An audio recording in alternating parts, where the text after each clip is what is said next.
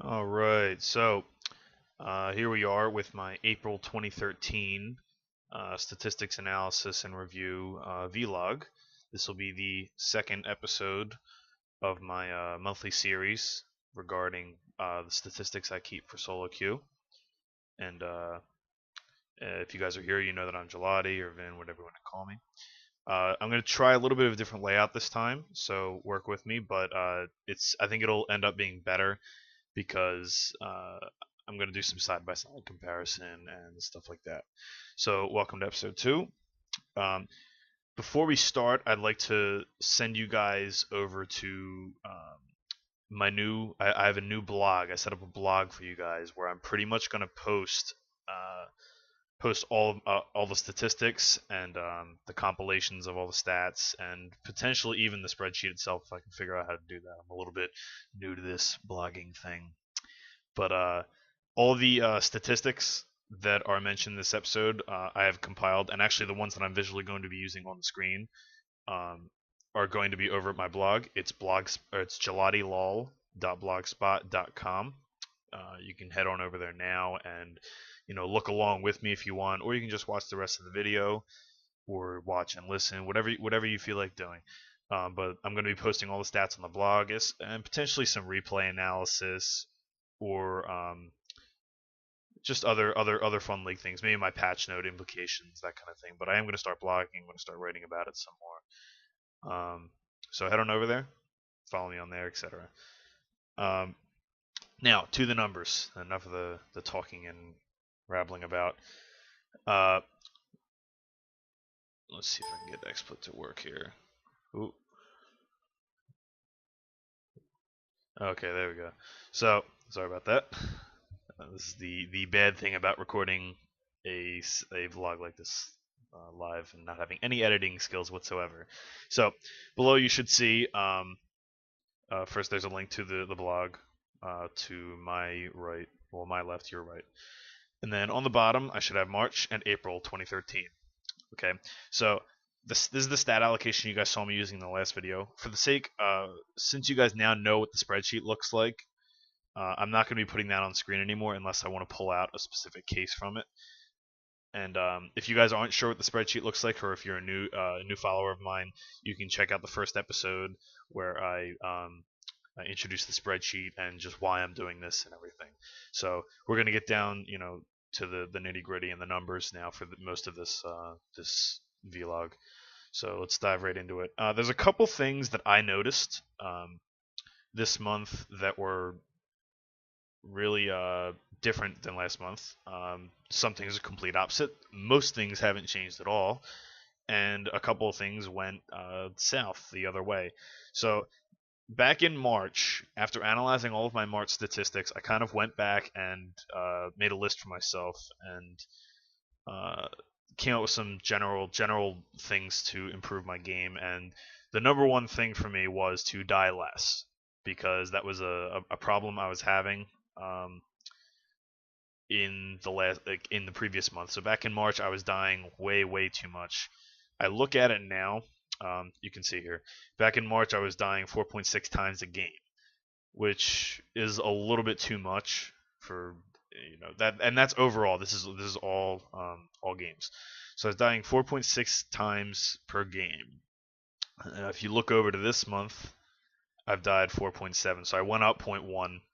I am, in fact, not dying less. Now, you could attribute this to a couple outliers.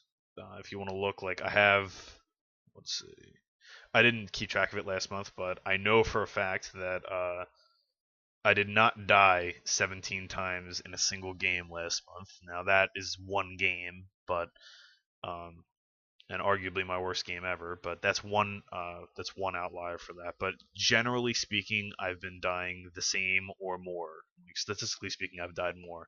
So I did not, in fact, reach that goal, and it's something I'm going to look forward to improving and really try to focus on improving on this month because in solo queue, especially, not dying does a number of things. It's not dying is good for your team because people, okay, they assume that you're pretty decent if you're not dying, or if you're as soon as they hear someone's died or someone's gotten first blooded or something, your team automatically has negative thoughts in their head, and when people are thinking negatively, they don't get along and they don't work together. So I wanted to really improve, just like not dying, because if you look at all the pros play, a lot of them just they hardly ever die in solo queue, and you want to have those like something zero something stat lines or something one something stat lines. You only ever want to die when the other team makes a really good play on you, not you die because you're not good. So that's something I want to strive for. I also last month wanted to improve the first game of my session. Now that is something for sure that I have done. So if you pull down to record in first game of session and record in first game of session, if you compare these side by side,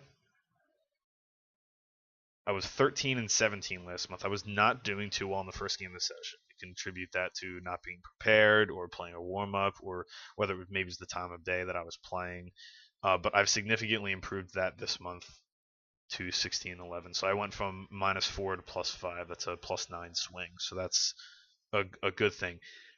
However, on the same note, if you look, the last game of my session last month, I always used to finish relatively strong, or at least moderately strong.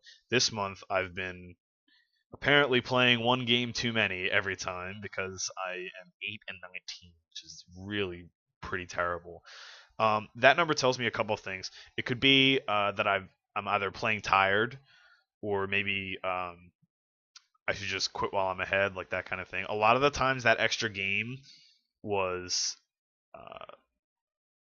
if you look back on my stat sheet and everything, I went and looked at it, and a lot of those final games were just blowout games where I was either on tilt from a losing streak, or I had a DC or something. Like it's some game where I personally played terribly. It wasn't necessarily things that were out of control, or it wasn't necessarily things that were, or most of them were things that were in my control. So um, I certainly want to make sure that I'm staying focused all the way throughout my sessions, or just not playing that last game. Like don't play bad games, because they I mean, you're gonna have them, but you don't want to play a bad game because you're tired, or because you're on tilt because you're on a losing streak. It's better to just walk away for 20 minutes, or just come back the next day and do it. Let's see. I wanted to develop my non-laning game, and what I meant by that is I wanted to do a better job of roaming, like concentrated, focused roaming, ganks, helping my jungler out, like that kind of thing, or forcing the other laner out of their lane. This is specifically for my middle play, my AP mid play, and it's not as much directed at AD or support, because there's not a whole lot you can do from bot lane.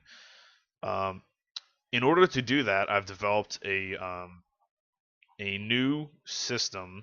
Well, it's not necessarily new, but I'm now finally starting to track it. Now, if you guys have seen last month's, I keep track of the win lane category with a scale of -2 to 2.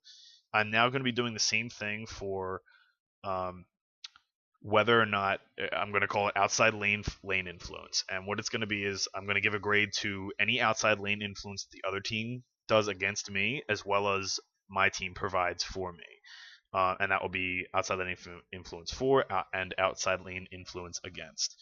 I'm also going to give myself a roaming grade, which is going to be a scale that goes from also -2 to 2, and it is more about whether I get outroamed or not. If I get outroamed by the enemy mid, I'm going to try to apply this specifically to mid play.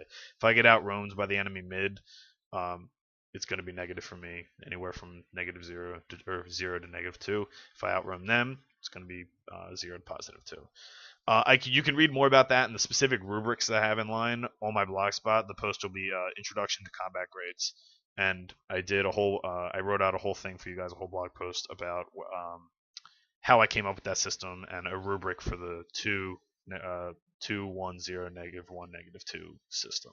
So I won't go into that quite now, even though I just kind of give you a quick rundown.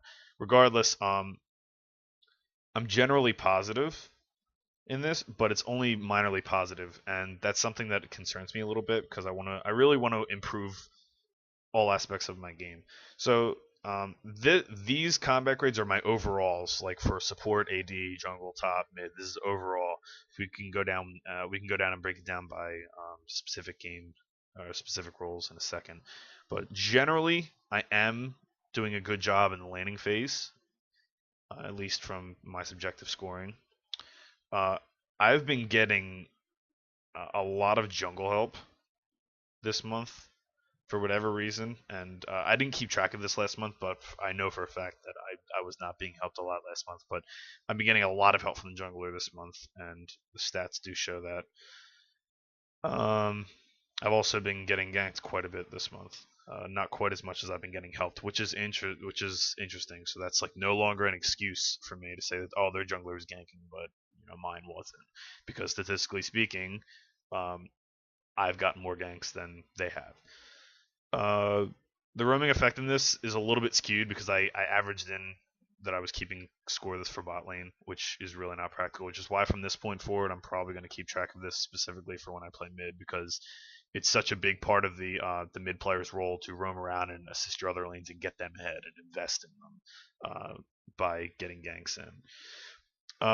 Last month, my most played champion, if I can go back to it, my most played champion was Lux at 32 games. Once again this month, it was also Lux. However, if you notice here, my KDA on Lux this month, or last month, was a 5.64 to 1, which is a very, very good KDA, even on a Lux who tends to have a little higher KDA anyway. This month, it's almost half that at 2.87 to 1.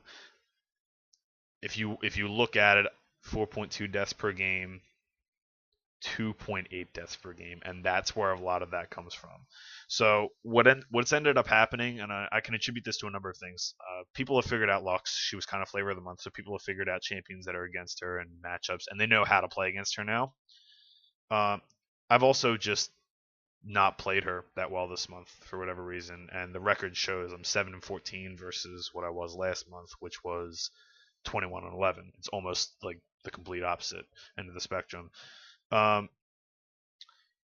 other, on a positive note, I did play Ryze mid quite a bit this month at 19 games, only 2 less than Lux, and I went 13-6. And if you notice, his KDA is significantly better, and the average enemy farm is significantly lower than it was on Lux. So I'm not done with Lux. I'm still going to play her. She's still a safe champion, but it's not something that's been working for me this month. So I've been exploring other things. And you can bet to see some different mids being played. Nothing too different, but definitely not her every game like it was. One of the things I wanted, another one of the things I wanted to do from last month was to reduce my champion pool. And last month in my vlog, I specifically said I wanted to get it down to about 16 or 17. I didn't quite get there, but I have shaved off a couple champions. So I gotten it down to 21. But at the same time, you need to remember now that I've added Tristana to my AD pool. She's like my third AD carry now. I play her in situations where MF and Ashe don't fit.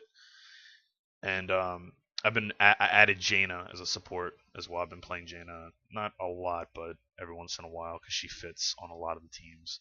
So with those things considered, I've added those 2 champions in, and I've still reduced it to 21. I would still like to get that champion pool down. I didn't do a lot of duo queue this month. I only played 5 games versus 21 last month with half as many partners, and I did not do too well. I was 2-3 versus actually it was similar. I don't do too well when I duo for whatever reason. Average match time was a little bit longer this month, which is strange because I usually do better in longer matches, but for whatever reason this month I didn't. Nothing too crazy here except for this. In 20 to 25 minute games, I am 8-0,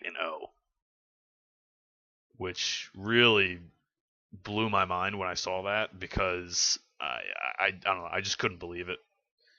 And I guess that they were all like 20-minute surrenders or 20 to 25-minute surrenders, but that's the way that goes. Pick order statistics have been mattering less and less. I do good as a third pick, and I did very well as a third pick last month too. 17-10, 19-12. Most frequent opponent. This month was Diana. Last month was Diana. This month it was Lux because she was flavor of the month. I actually had a losing record against her. I had a winning record against Diana though. Strongest matchups. 4-1 against Rise. 4 out of those 5 games were on Cassiopeia. So, and the one game, the one loss was the 17 death game, and it was also on Cassiopeia, unfortunately. So all of these numbers are in with that 17 death game. So if you average it out, it's my numbers were pretty ridiculous, even with that crazy outlier. First Blood's 4 and against. Weakest matchup, Nidalee. I really didn't have that many frequent matchups this month. Rise and Nidalee were pretty frequent, and Lux. But I didn't have any particularly weak matchups, so that's good. First Blood's 4 and against. 11-4 and 3 against versus 6-4 and 4 against. So I've been getting First Blood more often. I anticipate that number to actually go up with the potion change because the reduction of potions to 5 is going to allow me to score First Blood more often on people like Kassadin, Katarina, Mordekaiser, a lot of the champions that are going to struggle because they can't do the nine potion start or the Fort Pod start. Kha'Zix even. Let's see. I broke down the combat grades by position, and I'm going to be doing that for next month. I already talked enough about that for this month, for this vlog anyway. I've been playing better in the afternoon, even though I play much more at night. We're gonna keep tracking that to see if there's that big a difference. My longest single session was an 11 gamer, and I had a 9-2 record in it, but there was a short break for dinner in there. Day of the week, nothing too outstanding. I play pretty well on Sundays. Music, nothing too outrageous. 2-7 when listening to soundtrack or film score music. But that's it for this month, guys. You can let me see if I can get the XSplit to work. Where are you? There we go. That's it for this month. Follow me on Twitter. Follow me on Twitch TV/GelatiLol. Check out the blog because I'm going to be posting all these stats there. And of course, YouTube, GelatiSTA1. Links and everything on blog. Links are going to be on here. You can see them on your screen. Thanks for watching, guys. And I'll be live streaming soon, so come check it out. We'll have some fun.